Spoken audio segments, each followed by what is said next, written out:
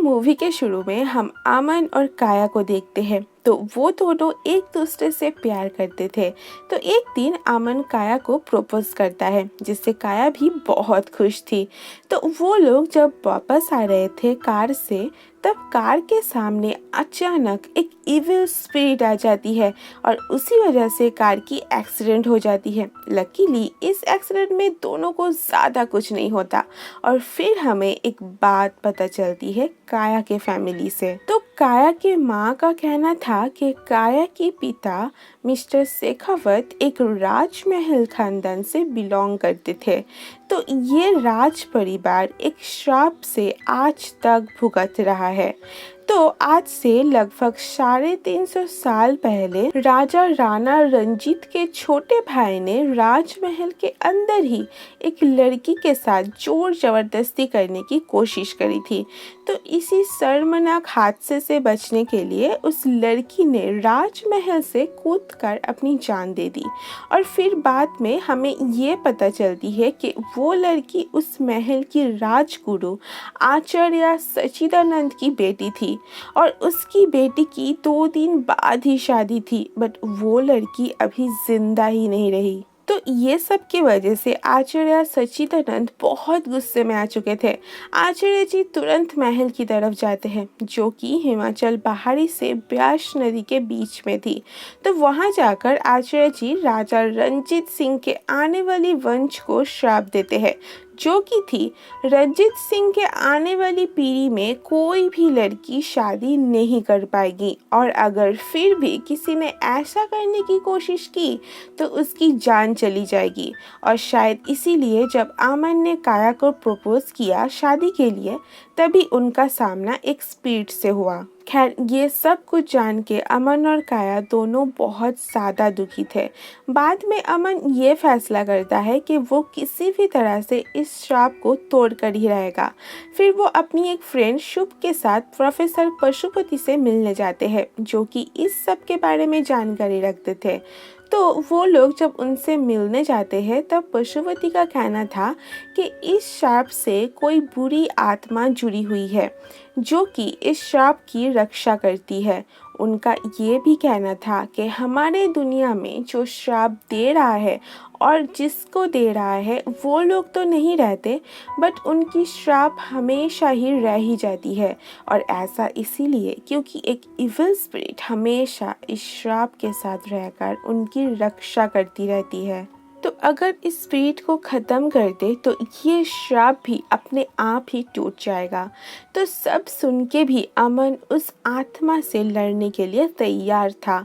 But professor का कहना था कि जो स्पिरिट इस श्राप को रक्षा करती है, ऐसी आत्मा बहुत ज़्यादा ताकतवर होती है, जिससे कोई भी नहीं लड़ सकता।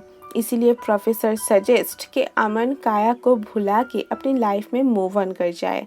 पर जो कि अमन बहुत ज़्यादा प्यार करता था काया से, तो वो पीछे नहीं हटता। वो डिसाइड करता है कि वो पशुपति को प्रूव करेगा कि वो नहीं डरता और वो इस काम को कर सकता है। तो इसीलिए अमन पशुपति के लिखा हुआ अर्बन लेजेंड के ऊपर एक बुक पढ़ता है। उसमें एक भूतिया नेशनल लाइब्रेरी के ऊपर एक सच्ची कहानी थी।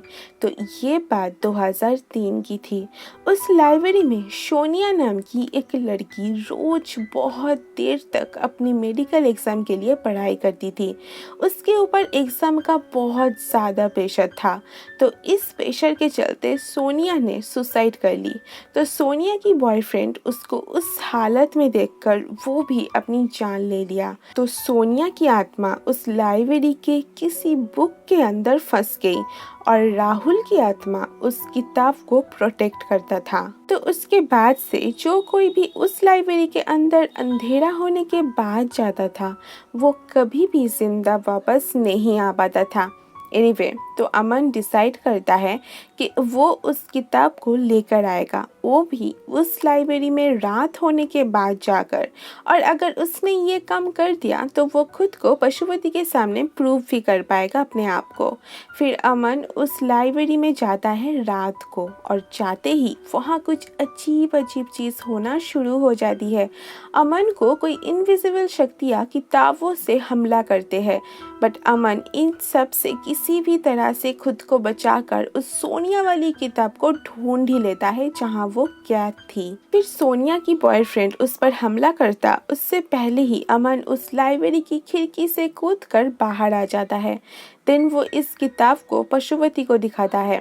पशुपति अमन के इस हरकत से बहुत इम्प्रेस होते हैं और वो अमन की मदद करने के लिए भी मान जाते हैं। वो लोग इस सब को शुरू करते उसके पहले अमन एक लास्ट बार काया से मिलने जाता है और ये बोलता है कि वो कुछ दिनों के लिए लंदन जा रहा है। अमन काया को एक रिंग दे जाता है जो कि काया अपनी गर्दन में पहनता है, एक लॉकेट की तरह। बट उसके ऐसा करते ही उस पर एक इविल स्पिरिट हमला कर देती है। दूसरी ओर पशुपति एक तावीज बना के देवी माँ के चरणों पर रखता है ताकि देवी माँ काया की रक्षा कर सके।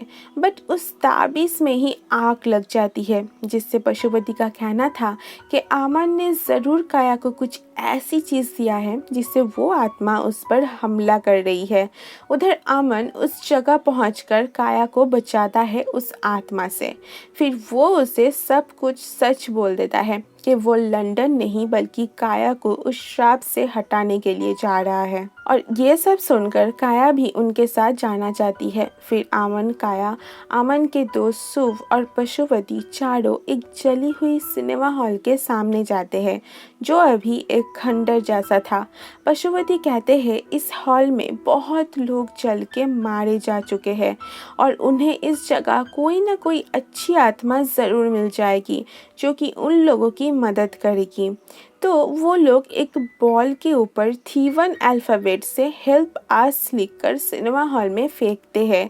तो थीवन अल्फ़ाबेट को आत्माओं का लैंग्वेज भी बोला जाता है। खैर, तो वो लोग उस बॉल की पीछा करते हैं। तो वो बॉल कुछ आत्माओं के बीचों से होते हुए जाता है। उनमें से एक आत्मा काया के हाथ में खून के कुछ बूंदे गिराती है।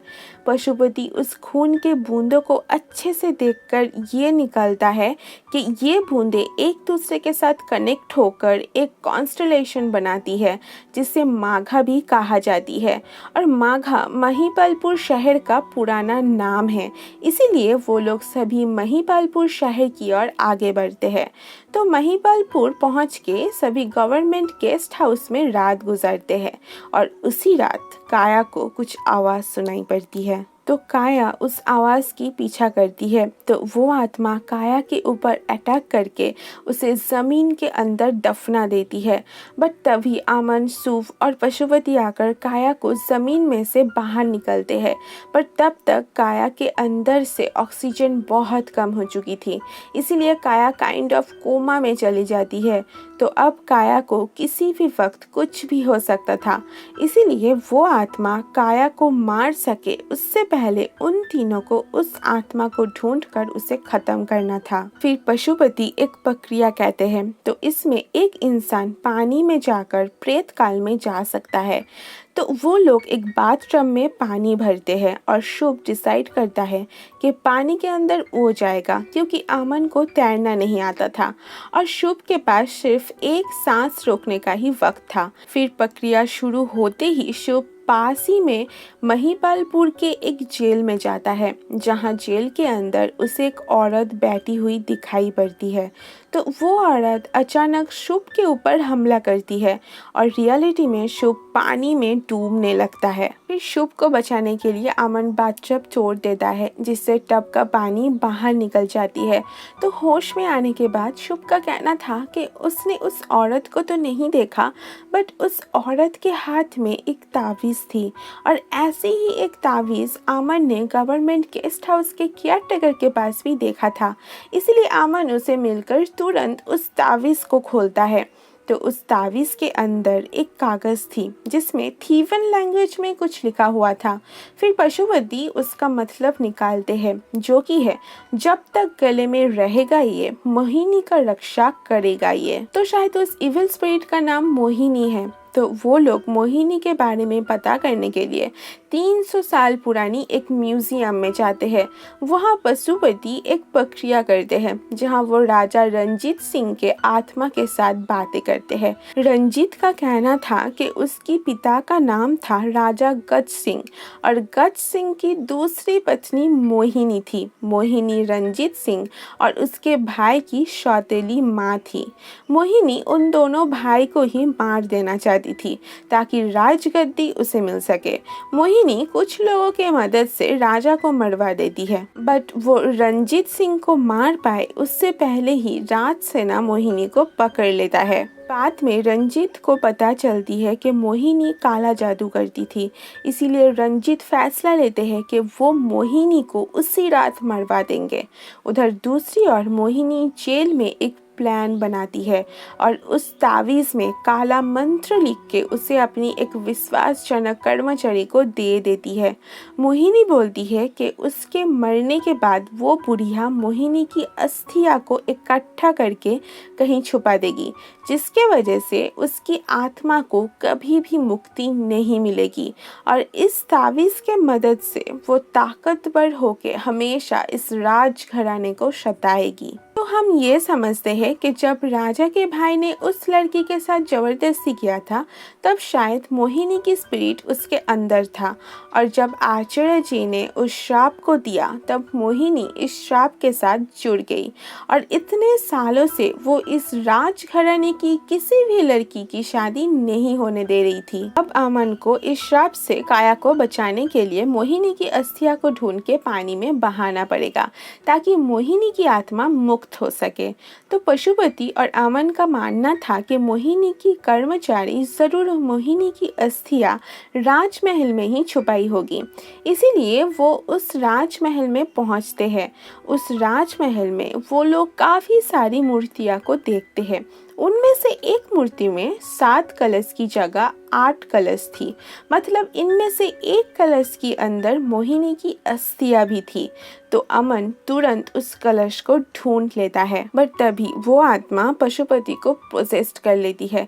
फिर पशुपति अमन के ऊपर हमला कर देता है। पशुपति अमन से उस कलश को छीन के तोड़ने ही वाले थे, बट पशुपति कुछ टाइम के लिए होश में आकर कलश को अमन के हाथों में देकर वो खुद राजमहल के खिड़की से कूद जाते हैं, जिसमें उसकी मौत हो जाती है। फिर वो आत्मा अमन और शुभ को अलग अलग करके बहुत जलाने लगती है। अमन बहुत कोशिश करता है कि वो इस कलश को पानी में डुबा दे, बट वो आत्मा अमन के ऊपर बहुत हमला करती है, जिससे वो कलश नीचे गिर के टूट जाती है। कलश की अस्थियां नीचे ज़मीन में पड़ी हुई थी, इसीलिए अमन उस महल में ही एक बंद टाइप का दीवार गिरवा देता है, जिससे नदी का पानी महल के अंदर आने लगती है। पानी ने अस्थियां डूब जाती है, जिससे मोहिनी की आत्मा को मुक्ति मिल जाती है। अमन उस पानी में डूब रहा था, बट लास्ट मोमेंट पर शुभ आकर उसे बचा लेता है। उधर काया भी ठीक हो जाती है और ये श्राप टूट ही जाती है फाइनली। मूवी के लास्ट में हम देखते हैं कि अमन और काया की शादी हो जाती है और वो लोग खुशी खुशी एक दूसरे के साथ रहते हैं और बस मूवी यहीं पे ख़त्म हो जाती है। तो दोस्तों बस आज के लिए इतना ही। आपको ये वीडियो कैसी लगी आप कमेंट में बता सकते हो। तो चलो मैं फिर मिलूंगी कोई और एक्सप्लेनेशन वीडियो के साथ। तब तक के लिए सभी अपना ख्याल रखना। Bye bye.